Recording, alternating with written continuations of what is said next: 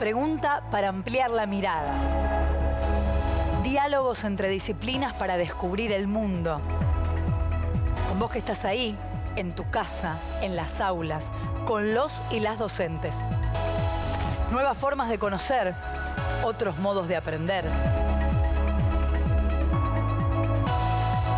Seguimos educando.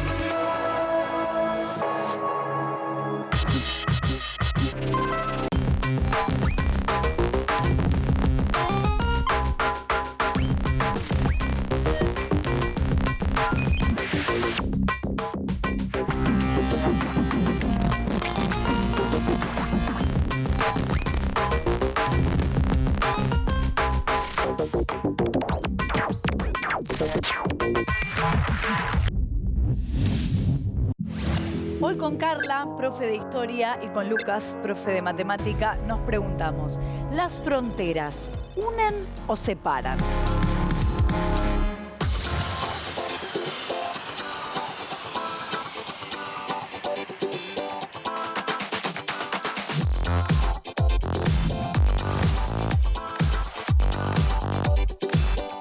Es una línea que marca el límite exterior del territorio de un estado. Es el límite de un país y otro. Para saber que estamos en otro país, en otra provincia. Es una línea imaginaria que divide un país de otro, marcando su principio y su final. Entendido esto como el espacio terrestre, marítimo y aéreo.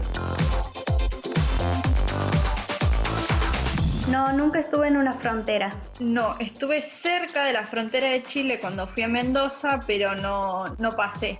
Estaba a unos kilómetros. Sí, estuve en la frontera, estuve en la triple frontera, que es entre Argentina, Paraguay y Brasil.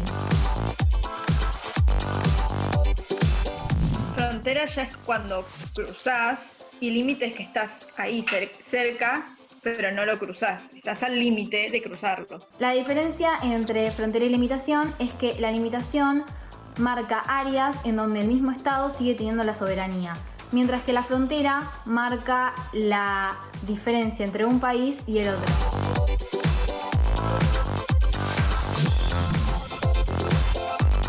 Sí, porque conviven personas de diferentes nacionalidades. No tengo ni idea.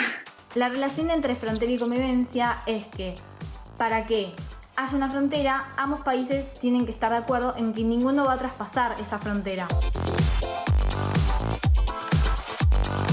Bueno, ahora que estamos en época de coronavirus, está bueno porque te dicen, si pasás de esta frontera al otro país, al país que quieres pasar, no volvés más, te quedas ahí.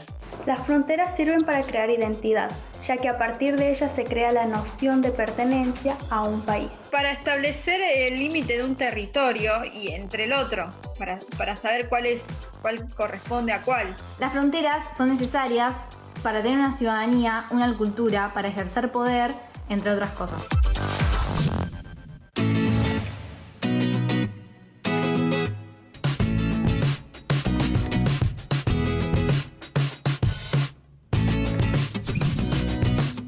Decimos frontera, todos sabemos de qué estamos hablando. Pero ¿qué significa el término frontera? Es un concepto polisémico, o sea, tiene varios significados. Tiene dimensiones jurídicas, geopolíticas, históricas, geográficas y matemáticas. Es un tema central en la conformación de los estados nacionales modernos y sus territorios. Y también el mundo de la producción y la tecnología, la sociología, la antropología, las artes, la literatura, el periodismo y el cine utilizan el concepto. Para muchos se trata de una línea divisoria, para otros se trata de zonas o áreas. Para algunos se asocia con la idea de intercambio, complementación, cooperación, integración, pero también con tensiones, con conflictos, beligerancia, competencia, diferencias y desigualdades. Estos últimos hablan de muros, barreras, límites y periferia. Las fronteras hacen referencia a distintos tipos de vínculos y relaciones entre sujetos sociales, situados en espacios diferentes. Por todo esto, en este programa nos preguntamos, ¿las fronteras unen o separan?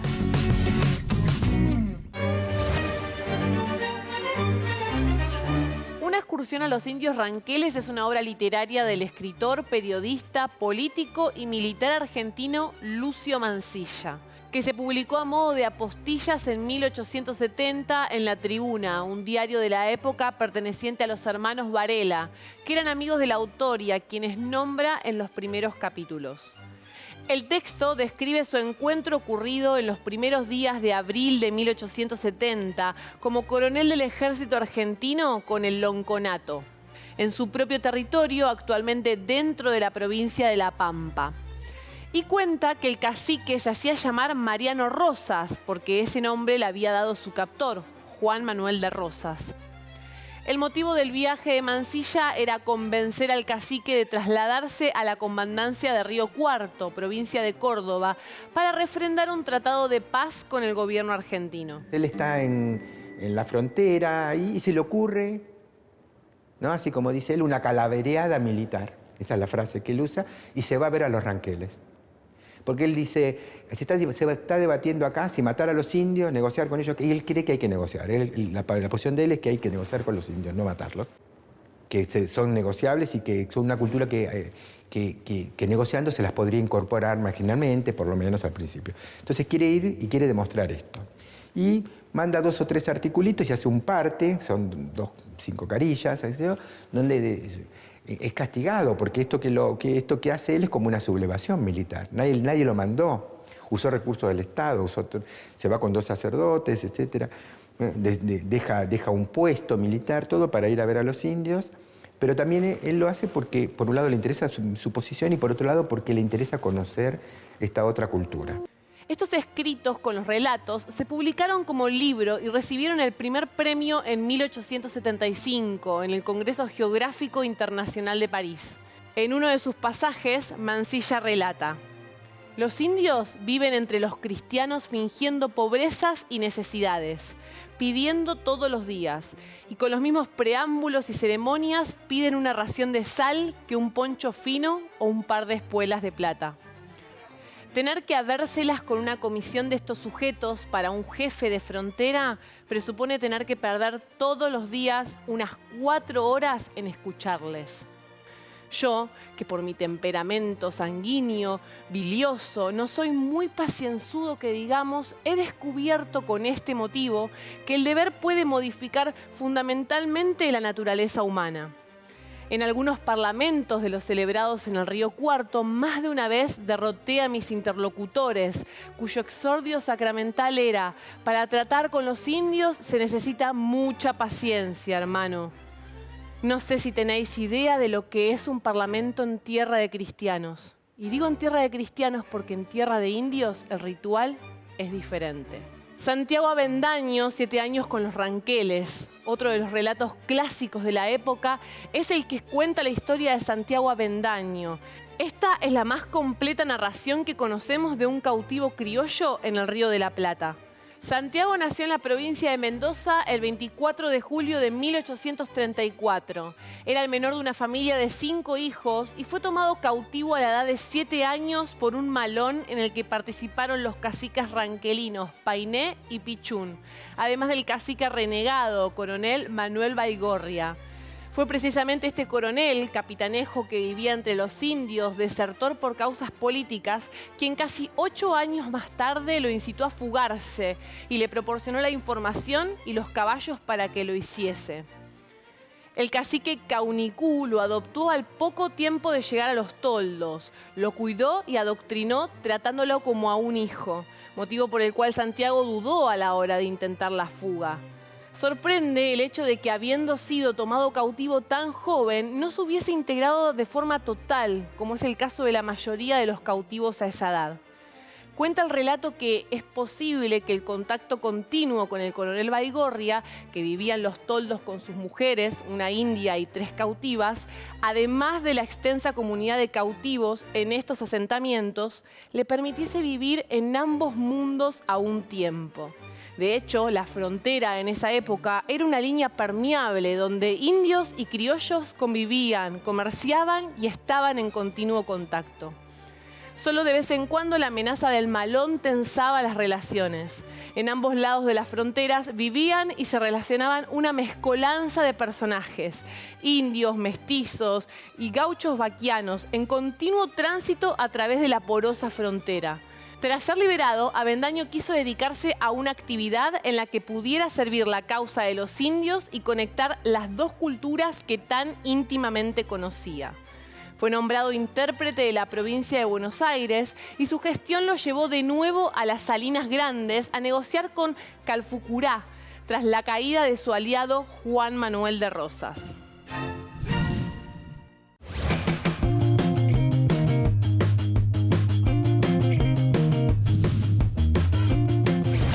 Ya vimos que el término frontera tiene varios significados. Entonces nos preguntamos, ¿es límite o frontera? Las fronteras, junto con los límites, son elementos fundamentales en la conformación del territorio del Estado Nacional. Se trata de conceptos interrelacionados aunque diferentes, mientras que el límite constituye una línea que define áreas sobre las que el Estado ejerce soberanía, la frontera une o vincula a la zona de contacto con otro territorio, dando origen a un espacio fronterizo que se extiende a ambos lados de un límite internacional. Con el fin del Virreinato del Río de la Plata comenzó un nuevo periodo de reorganización territorial en América del Sur. Los límites y las fronteras se establecieron al tiempo que se ocupaba y organizaba el actual territorio argentino y se conformaban asimismo los estados vecinos. Sabemos que la construcción de los estados nacionales es un fenómeno del siglo XIX y que el concepto de nación fue variando con el transcurso del tiempo. En la época medieval, la nación aludía al origen geográfico del nacimiento de las personas. También la palabra patria significaba el lugar de procedencia familiar, la tierra de los padres, y se equiparaba con país, por lo cual un paisano era un compatriota. Con la Revolución Francesa de 1789, la nación pasó a ser el conjunto de ciudadanos que gozaban de los mismos derechos, se sujetan a las mismas leyes y están representados por una misma legislatura. Y este era un fenómeno consciente y voluntario. El nacionalismo se convirtió en el deseo de pertenecer a una nación o a otra y hacía que los miembros de una comunidad quisieran tener su propio gobierno. Pero este concepto de nación de la Revolución Francesa se contrapone con el de la escuela alemana, que poseía una idea conservadora de nación, producto del romanticismo del siglo XVIII, donde la nacionalidad se percibía como un fenómeno involuntario, ligado a la población por el lugar de nacimiento, el idioma, las costumbres y que se llevaba en la sangre. Así el nacionalismo se fue convirtiendo en una fuerza política poderosa que se manifestó durante todo el siglo XIX. Sí, estos movimientos políticos nacionalistas se basaban en la concepción liberal de soberanía nacional, la independencia como expresión de la libertad y, en muchos casos, una concepción romántica del pueblo. En el siglo XIX se identificaba a la formación de los nuevos estados nacionales con el progreso. Pero en cambio se les negaba el sentido de nación a los pueblos más pequeños. Los intelectuales y políticos defensores del Estado-Nación consideraban que éste debía ser capaz de desarrollar una economía viable y una organización estatal con una fuerza militar que lo respalde. Para ello debía tener una extensión medianamente grande. El proceso de formación del Estado-Nación argentino también implicó la expansión territorial. Claro, implicó la construcción de nuevos límites y el nacimiento de espacios de frontera, donde la realidad no era tan homogénea como deseaba el proyecto de Estado-Nación moderno. ¿Lo podemos observar en relación a las fronteras con el indio en la construcción del Estado-Nación argentino? Sí, luego de la independencia de las Provincias Unidas del Río de la Plata, la mayor parte de lo que hoy es el territorio argentino no estaba bajo el dominio de la sociedad criolla. La inmensa extensión del Chaco y la Patagonia y gran porción de la llanura pampeana eran territorios de los pueblos originarios. Tierra adentro es la denominación que se le daba a las tierras indias pampeanas y patagónicas, donde las comunidades podían vivir según sus tradiciones sin interferencias de la sociedad criolla. Y ahí, entre ambos territorios, se encontraba la frontera, que era precisamente la zona donde el contacto entre ambas sociedades se hacía más fluido y se mezclaban pueblos originarios, desertores, cautivos, depredadores y vagos.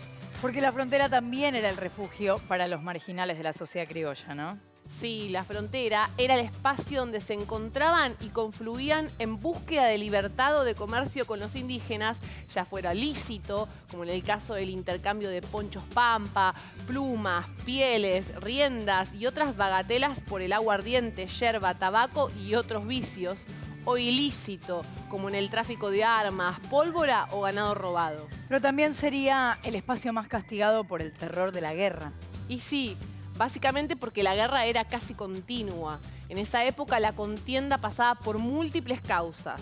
La necesidad de tierras de la sociedad criolla, cuya población estaba en expansión, la respuesta de los pueblos originarios en forma de malones, el robo de ganado que se traficaba de contrabando por parte de indígenas, mestizos y los criollos, tanto de lo que hoy es Chile o Argentina. Y también la paz se quebraba por la rivalidad de los criollos.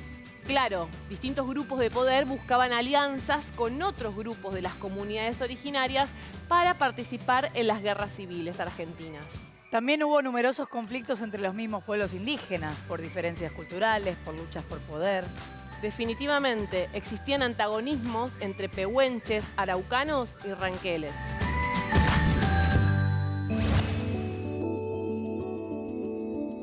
Es necesario reconocer los efectos sociales y culturales del largo proceso de construcción de los estados nacionales latinoamericanos para comprender los sentidos de hermandad, pero también de disputa entre los sectores sociales que habitan las fronteras.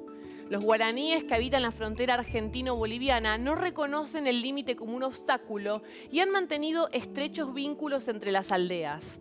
Sin embargo, cuando los guaraníes que habitan en Bolivia se refieren a la Argentina, usan el término vaporenda, que da cuenta del lugar donde hay trabajo. Para los guaraníes que habitan en la Argentina, sus pares del otro lado de la frontera son ñandetarareta. Se refieren así a nuestra familia, el lugar de origen y de los antepasados.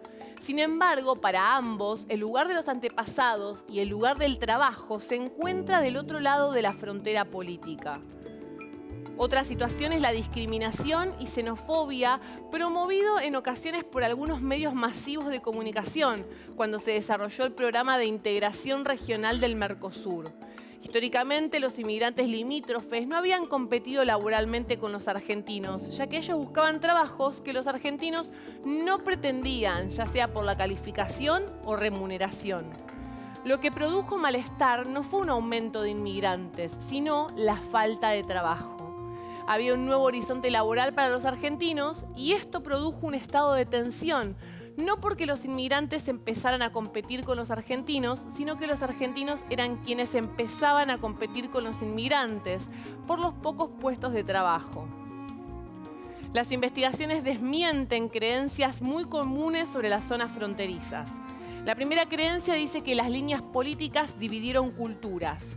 Las poblaciones mantienen una cultura a pesar de los procesos de nacionalización y los sentimientos e identificaciones nacionales son centrales en la vida de las comunidades de las zonas de frontera.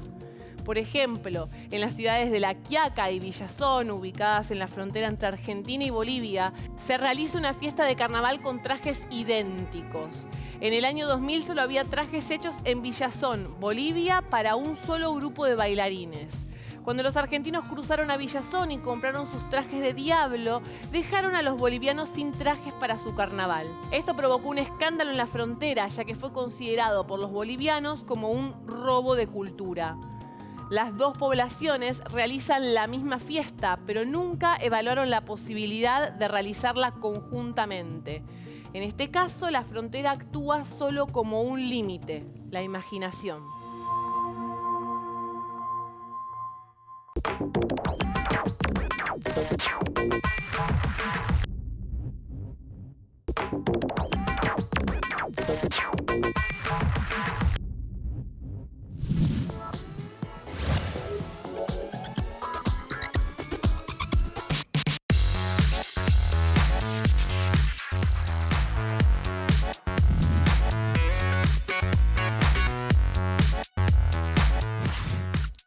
La que más me gustaría ir es Brasil.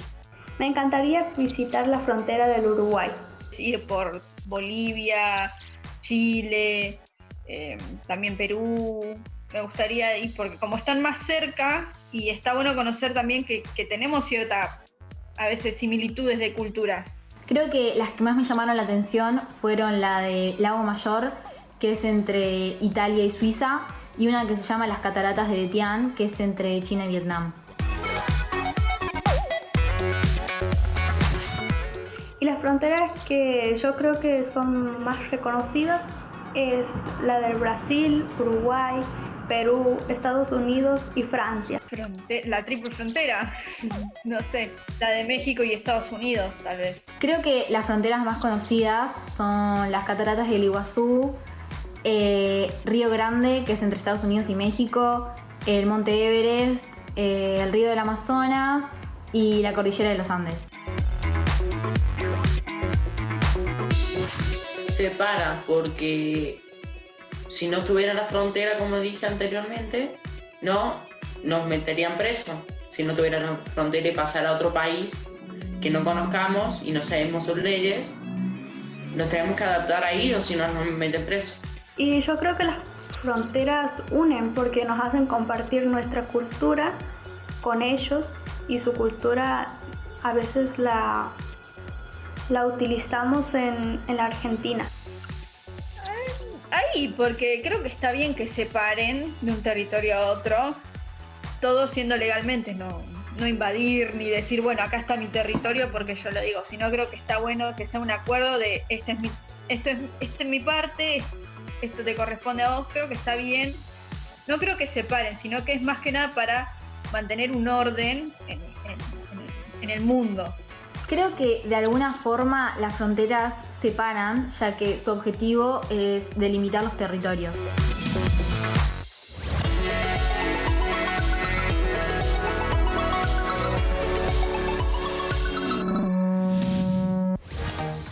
Les presentamos un nuevo tutorial.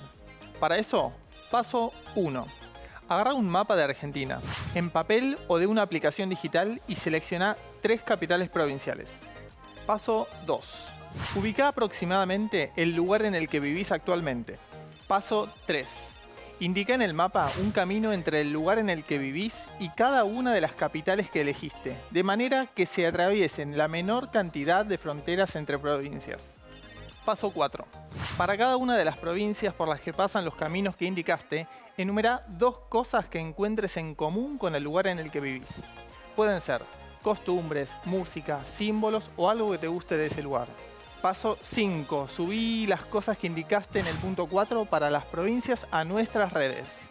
Vas a ver que las fronteras no siempre separan a las personas.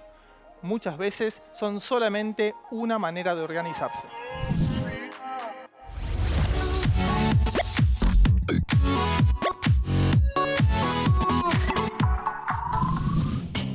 Un ejemplo de límite con líneas rectas es el de la provincia de La Pampa con la provincia de Buenos Aires. Verdadero. Verdadera. Verdadero. Falsa. Verdadero. Esta frontera se define exactamente sobre el meridiano 63 grados 23 minutos oeste. Los límites generalmente se definieron mucho antes de que se desarrollaran las fronteras. El Estado Nacional necesitaba tener presencia y control sobre estas áreas y lo hizo a través de las líneas divisorias de los límites. Verdadera. Mi es falso. Creo que es verdadero. Verdadera. Verdadero. El proceso de conformación de las fronteras se inició a principios del siglo XX, cuando el Estado argentino comenzó a establecer los pasos y puestos de control lo más cerca posible de los límites interestatales, lo cual favoreció la concentración y circulación de personas y bienes, transformándose estos lugares muchas veces en urbanizaciones fronterizas. Un ejemplo de límite que utiliza en parte una curva y en parte un segmento es el que divide a las provincias de Entre Ríos y Corrientes.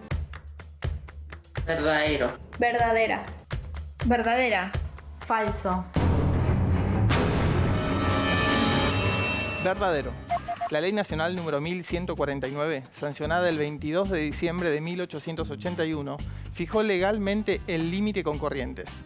Según el artículo 1, quedan fijados los límites de la provincia de Corrientes. Al sur por el Mocoretá hasta el arroyo Las Tunas. Por este hasta sus nacientes y una línea que corte la Cuchilla de Basualdo hasta las nacientes del arroyo del mismo nombre. Por esta corriente hasta su confluencia con el río Guayquiraró y por el Guayquiraró hasta su desagüe en el río Paraná. La República Argentina es uno de los países que conforman la denominada Triple Frontera, compartida con Chile y Paraguay, constituyendo un encuentro entre culturas. Confluyen junto a estas culturas otros grupos étnicos y pueblos originarios. Para mí es verdadero. Falso. Verdadera. Falso. Falso. La Triple Frontera está conformada por Argentina, Brasil y Paraguay.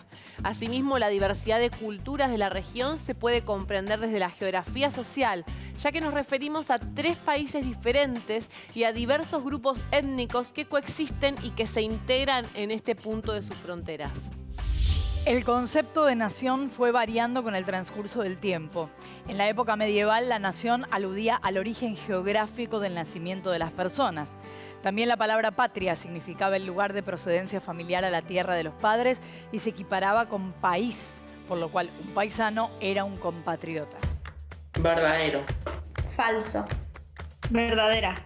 Verdadero. Verdadero.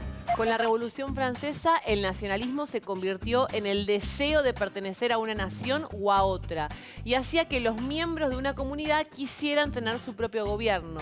Este concepto de nación se contrapone con el de la escuela alemana, que poseía una idea conservadora acuñada en el último tercio del siglo XVIII por el romanticismo, donde la nacionalidad era un fenómeno involuntario ligado a la población por el lugar de nacimiento, el idioma y las costumbres, y que se llevaba en la sangre. El territorio de la República Argentina tiene límites internacionales establecidos que han sido acordados con sus países vecinos y son reconocidos por el resto de los estados. Verdadero. Verdadero. Verdadera. Verdadera. Verdadero. Los límites internacionales definen el ámbito geográfico sobre los que el Estado argentino ejerce soberanía. Estos límites son: 1. Al norte con el Estado plurinacional de Bolivia y la República del Paraguay. 2. Al sur con la República de Chile y el Océano Atlántico. 3.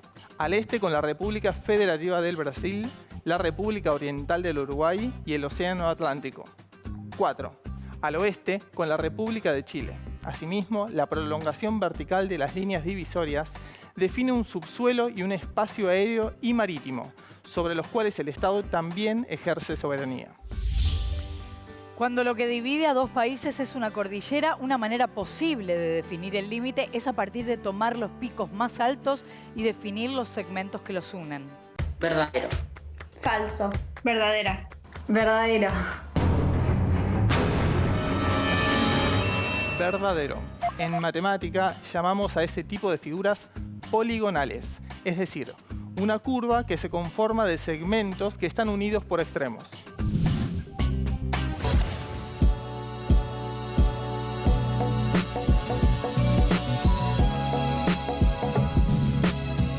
Los límites se definieron mucho antes de que se desarrollaran las fronteras.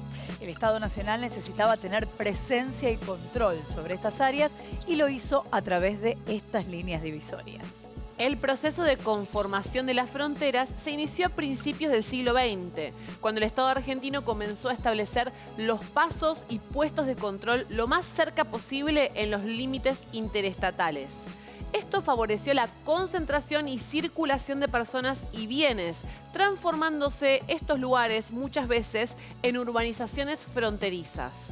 El territorio de la República Argentina tiene límites internacionales establecidos que han sido acordados con sus países vecinos y son reconocidos por el resto de los estados. Los límites internacionales no solo dividen, también definen el ámbito geográfico sobre los que el Estado argentino ejerce soberanía. Estos límites son: al norte con el Estado plurinacional de Bolivia y la República del Paraguay. Al sur con la República de Chile y el Océano Atlántico. Al este con la República Federativa de Brasil, la República Oriental del Uruguay y el Océano Atlántico. Al oeste con la República de Chile. La prolongación vertical de las líneas divisorias también definen un subsuelo y un espacio aéreo marítimo sobre los cuales el Estado ejerce soberanía. La extensión de un territorio es uno de los elementos fundamentales de la conformación del Estado nacional, junto con el límite, la frontera y la división político-administrativa. La extensión de un país se define como la porción de la superficie terrestre que ocupa el territorio en el espacio geográfico. Esta extensión territorial permite caracterizar al Estado en relación con otros países del mundo, observar similitudes y diferencias y evaluar en especial las potencialidades que presenta para el desarrollo económico. Entonces, como hemos visto hasta acá, la noción de frontera y límite está directamente relacionada con el concepto de soberanía política. Pero, ¿qué es la soberanía política? Desde el ámbito político, la soberanía se asocia al hecho de ejercer la autoridad en un determinado territorio. Pero entonces, ¿cuáles son los límites de la soberanía?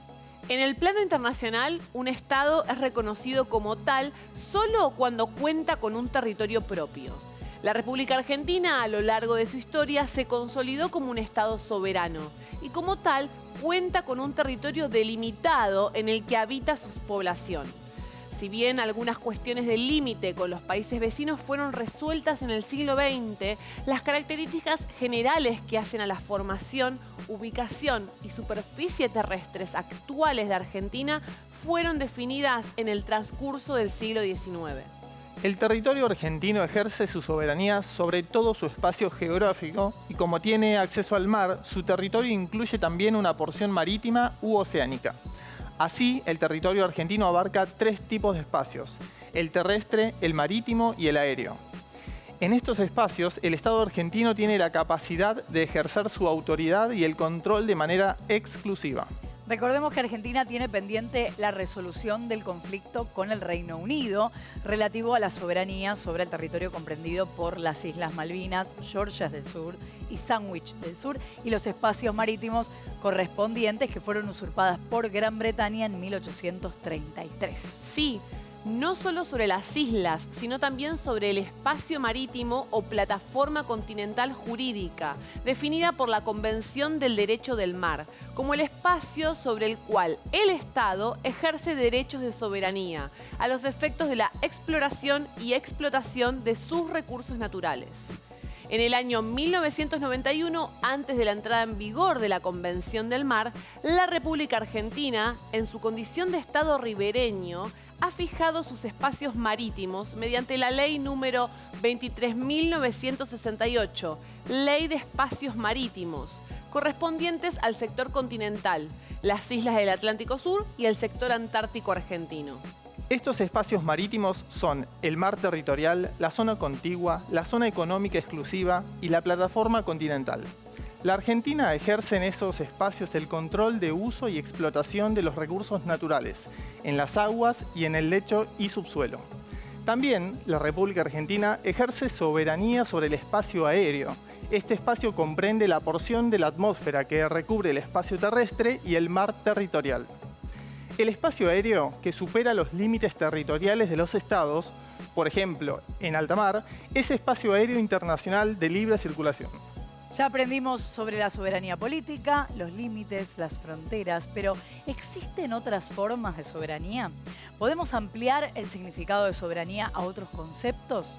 Hablamos de soberanía como autonomía en el campo de las ideas, por ejemplo, cuando nos enfrentamos a los desafíos de defender nuestra cultura. Podemos hablar de soberanía de los cuerpos al pensar en el cuerpo como territorio y entonces entender que la soberanía del cuerpo se trata de la libre decisión sobre nuestro cuerpo, o también de la soberanía alimentaria, entendida como la capacidad de cada pueblo para definir sus propias políticas agrarias, sus políticas alimentarias, de acuerdo a objetivos de desarrollo sostenible y también de seguridad alimentaria. Claro, y las fronteras también constituyen otras realidades, como las relaciones entre los espacios y grupos humanos. Las fronteras se diferencian y a la vez se relacionan en 2 espacios o en 2 sociedades, o 3 en el caso de las triples fronteras. Por esta razón suele utilizarse el prefijo inter, que remite a la preposición entre o en medio, interétnica o internacional. Las fronteras pueden ser un lugar o una región. Las fronteras internacionales argentinas, las fronteras con el indio, la frontera argentino-chilena, frontera sojera del norte cordobés, entre otras. Entonces la frontera puede ser considerada como un lugar con ciertas características propias que puede adquirir entidad para determinados colectivos. Como en las fronteras internacionales argentinas, la Gendarmería Nacional representa la fuerza de seguridad. O para los caravaneros puneños, el sector norte de la frontera argentino-chilena es un paso fronterizo. O en el pasado se llamó la Zanja de Alsina a una frontera defensiva con el indio. O como triple frontera es la zona de contacto urbanizada entre Argentina, Brasil y Paraguay. Como podemos ver, las fronteras son zonas bien diferenciadas y con una dinámica propia. Las fronteras también están en tensión con otras territorialidades, como cuando las empresas sojeras intentan avanzar sobre las comunidades campesinas o los estados o municipios en tensión con algunas organizaciones ambientalistas. Con la globalización, el concepto de frontera se ha ido replanteando en respuesta a las nuevas situaciones sociales, culturales, políticas, económicas, sociológicas incluso, que se van presentando. En las fronteras entre los estados nacionales latinoamericanos no coexisten diferencias culturales anteriores a la colonización. La ubicación de la frontera se vinculó a disputas territoriales, pero no hubo ninguna causa cultural para trazarlas. Sin embargo, eso no significó que no hubiera consecuencias culturales del hecho de que la frontera se instituyera, ¿verdad? Claro, un ejemplo es cuando los grupos se distinguían entre aquellos que vivían río arriba y aquellos que vivían río abajo. Cuando el río se convirtió en el límite que separaba dos estados nacionales, comenzaron a utilizar las orillas como nueva forma de distinción. Las relaciones sociales continuaron muchas veces a través de las fronteras, por el parentesco y por lenguas en común. Pero los sentimientos nacionales fueron cambiando y en algunos casos compitiendo con lealtades étnicas previas.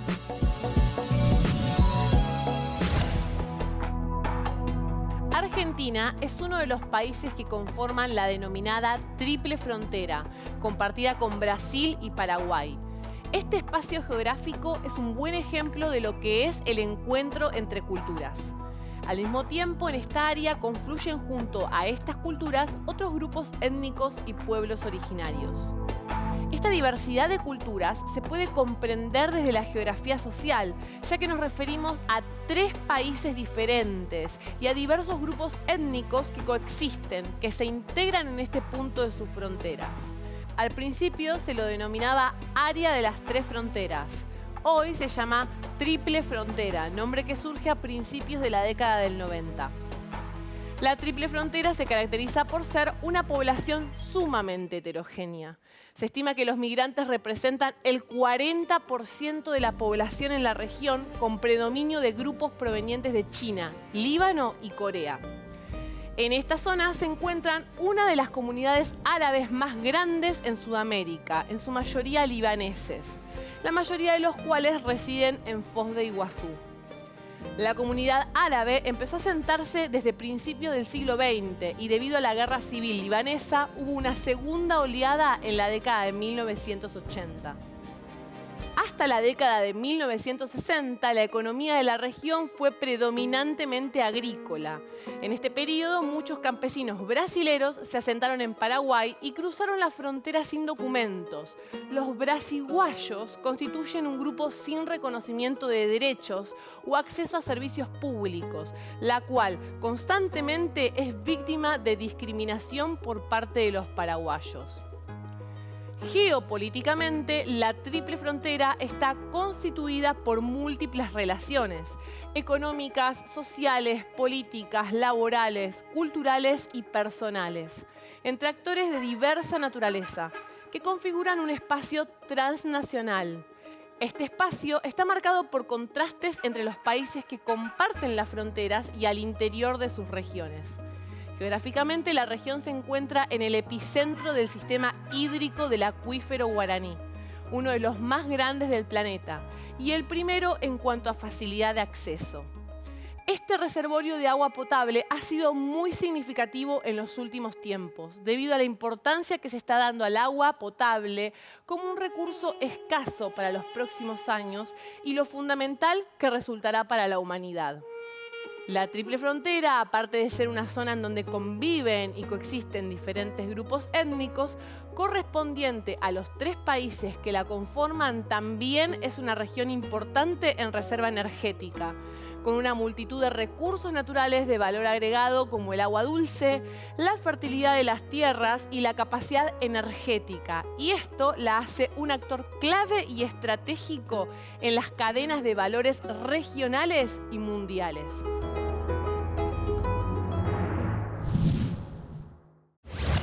El concepto de frontera, además de polisémico, es dinámico y relacional.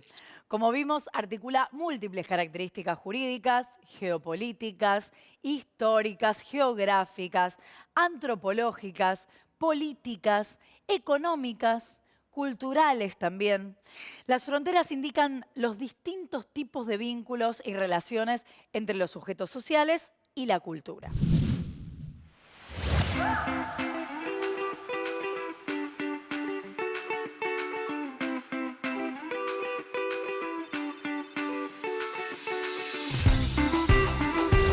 Buenos días, chicas, chicos, chiques, ¿cómo están? Bueno, mi nombre es Alejandro Grimson, soy antropólogo, trabajo en el CONICET y en la Universidad Nacional de San Martín. En el CONICET ahora estoy de licencia porque estoy participando de Argentina Futura, que es un programa en la jefatura del Gabinete del Ministro.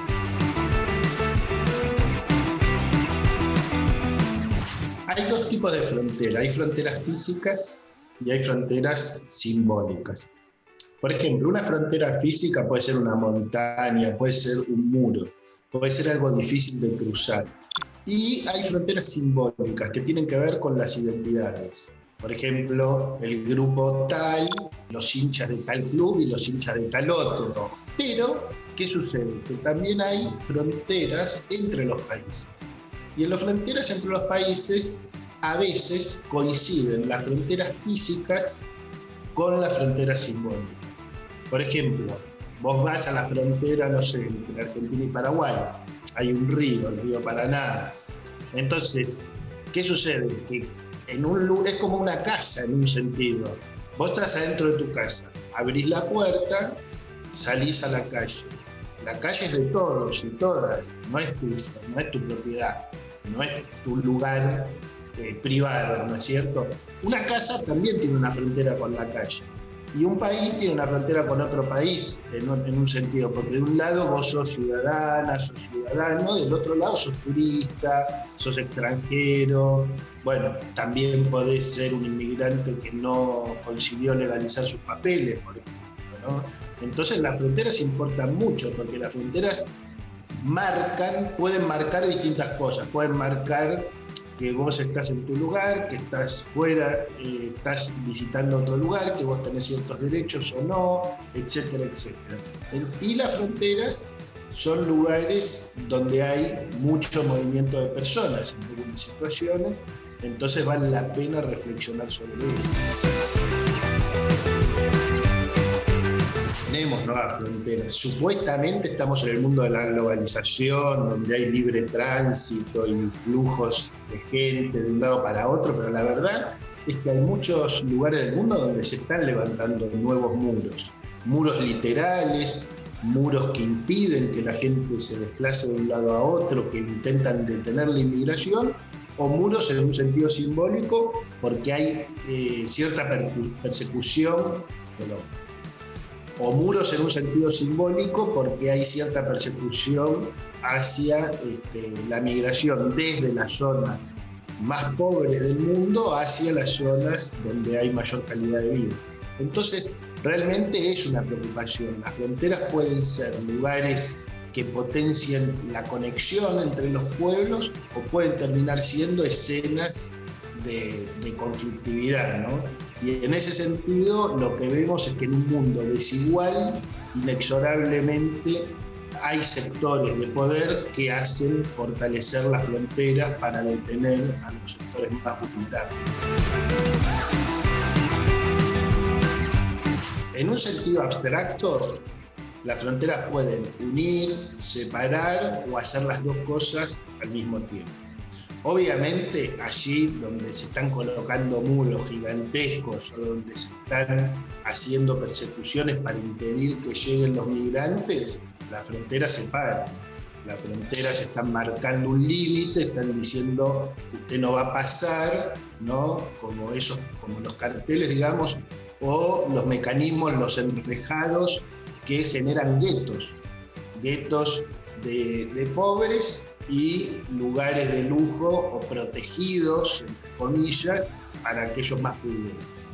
Ahora, también es cierto que ha habido muchos casos de fronteras, y sigue habiendo fronteras donde hay mucha interacción y mucha integración. Por ejemplo, hay un caso muy famoso en la frontera entre Uruguay y Brasil, que es la misma ciudad, Rivera, Santana, un Libramento, es la misma ciudad y la avenida de una mano, en la avenida central de una mano es un país, del otro lado es el otro país, ¿no? Entonces son lugares de mucha interacción, u otros lugares, incluso de la Argentina con Brasil, donde se celebra el carnaval y algunos participan en el carnaval del otro o en fiestas en común, o son lugares donde ha habido mucha solidaridad en el siglo XX, en los momentos en que hubo exilios políticos por la persecución de las dictaduras militares. También en ese sentido las fronteras cumplieron un papel relevante en la integración entre los pueblos. Justamente el desafío es potenciar en el siglo XXI que haya más espacios de interacción y de diálogo en las fronteras y obviamente menos desigualdad y menos muros que dividan a los pueblos.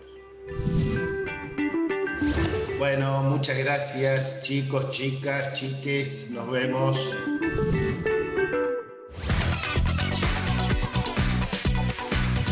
El Soberbio es una ciudad de la provincia de Misiones, cabecera del departamento Guaraní. Se encuentra a orillas del río Uruguay y limita con la villa brasileña de Porto Soberto, Río Grande do Sul, y tiene una población de 5.065, según indica el censo de 2010. Allí se encuentra la Escuela de Educación Intercultural Bilingüe, número 905, que cuenta con 182 alumnas y alumnos de entre 4 y 19 años. La escuela ha logrado puntos de encuentro para fortalecer los modelos pedagógicos y culturales entre las y los niños de las comunidades originarias y las y los hijos de colonos que allí asisten. En la institución se dicta el nivel inicial, nivel primario y secundaria rural. El 60% de las y los alumnos es de comunidad guaraní de Tecoa Chafariz. En la colonia Picada Guaraní hay 500 habitantes, entre polacos, alemanes y criollos. Del otro lado del arroyo Chafariz está la aldea Chafariz, con 104 habitantes de la comunidad Mbiá guaraní. Las maestras, maestros y alumnos viajan muchos kilómetros todos los días a pie, atravesando el campo o cruzando el río, según de qué lado de la frontera estén. La escuela lleva adelante el proyecto pedagógico comunitario con orientación en los oficios, que integra el arte, la música, la producción de miel, la huerta y el vivero, la educación ambiental, la cultura del trabajo y el intercambio cultural como aprendizaje diario. Algunas actividades de integración de las culturas se concentran a través de encuentros de lecturas con las familias, jornadas de intercambio de recetas y degustación de comida y de los juegos tradicionales de la comunidad Mbiá guaraní. Con las y los maestros guaraníes y el chamán de Tecoa Chafariz están armando la audiovideoteca, biblioteca oral en lengua materna con registros grabados de nanas, relatos, danzas, música, recetas y juegos. En algún momento quieren darle forma de libro. Por ahora, algunos registros son audios y videos.